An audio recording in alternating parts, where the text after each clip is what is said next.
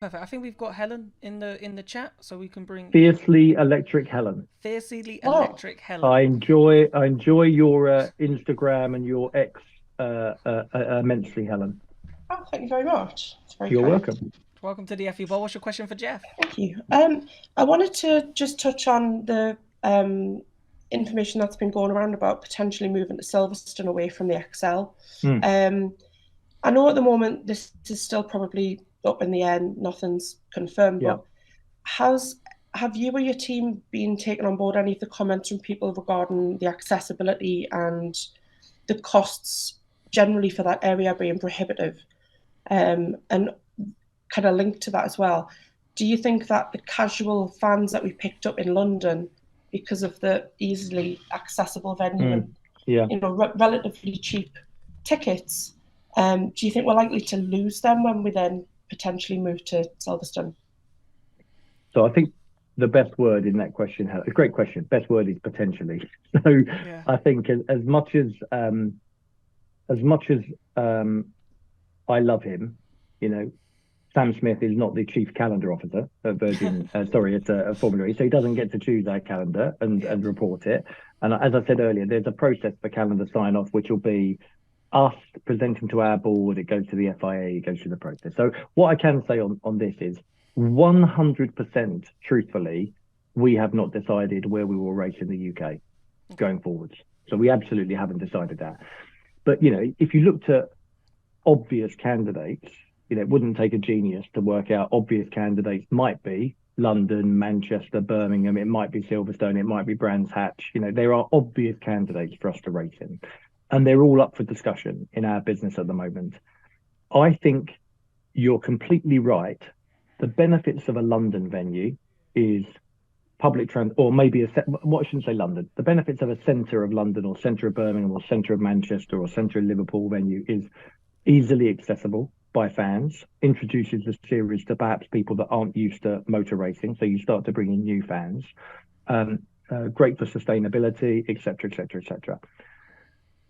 If you go to a fixed venue, if you go to a Silverstone or a Brands Hatch, accessibility is not quite as good, but rich motorsport heritage. So you potentially start to attract and convert some of the legacy motorsport fans, perhaps who haven't given us a go. But they would produce completely different races as well. So in London, the track is just over a mile long.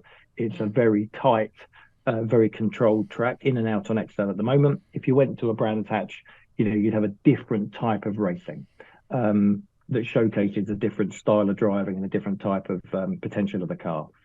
So as much as the rumor was put out there, it was exactly that. It was a rumor. But the second part of the question is also fair, which is, whilst it was only a rumor and it came out, there was a lot of conversation about it. And of course, I read everything in front of me that people were saying about airfields and middle of the country and getting to it more difficult, and why aren't we differentiating ourselves from Formula One? We don't need to be on what is a Formula One track, and it will be so open and bare, and you'd need XXXXX. So of course I read all of that, and I said to somebody at the weekend in Mazzano, whilst it was only a rumor, it's quite helpful actually. I quite enjoy that feedback. And getting it live. I'd rather hear that feedback before making a decision rather Yeah. than having it after. It's a really What's good your view? question. What's your view of it, Helen? Where would you race in the UK? I mean, I'm a big fan of the XL, and Yeah, I've been there the last 2 years, and I think we've kind of made it our own little place, and having it yeah, at the end of the season seems really nice as well. yeah, But I think if we were going to go somewhere else, somewhere like Brands Hatch would be ideal actually, because it's not that far from London. You can still mm, get there relatively easily. I yeah. have to say though, having seen that there was a Formula E car in Newcastle City Centre today, I was upset because I'm hundreds of miles away. We could have the Newcastle E-Prix. Yeah. It'd be That would be very hilly brilliant. though. Hey, Very yeah. hilly in Newcastle. It depends Yeah. where you did it in Newcastle. There was, if people didn't see it, there was a Newcastle script, black and white striped car up in Newcastle today. Um, yeah, look, so you do what we do, Helen, which is we play the pros and cons game of different locations. And You know, I actually grew up very close to Brands Hatch. I was on the track at Brands Hatch racing around just 6 weeks ago, very close to London, very historic racing circuit. Accessibility, though, not as good as somewhere like central London.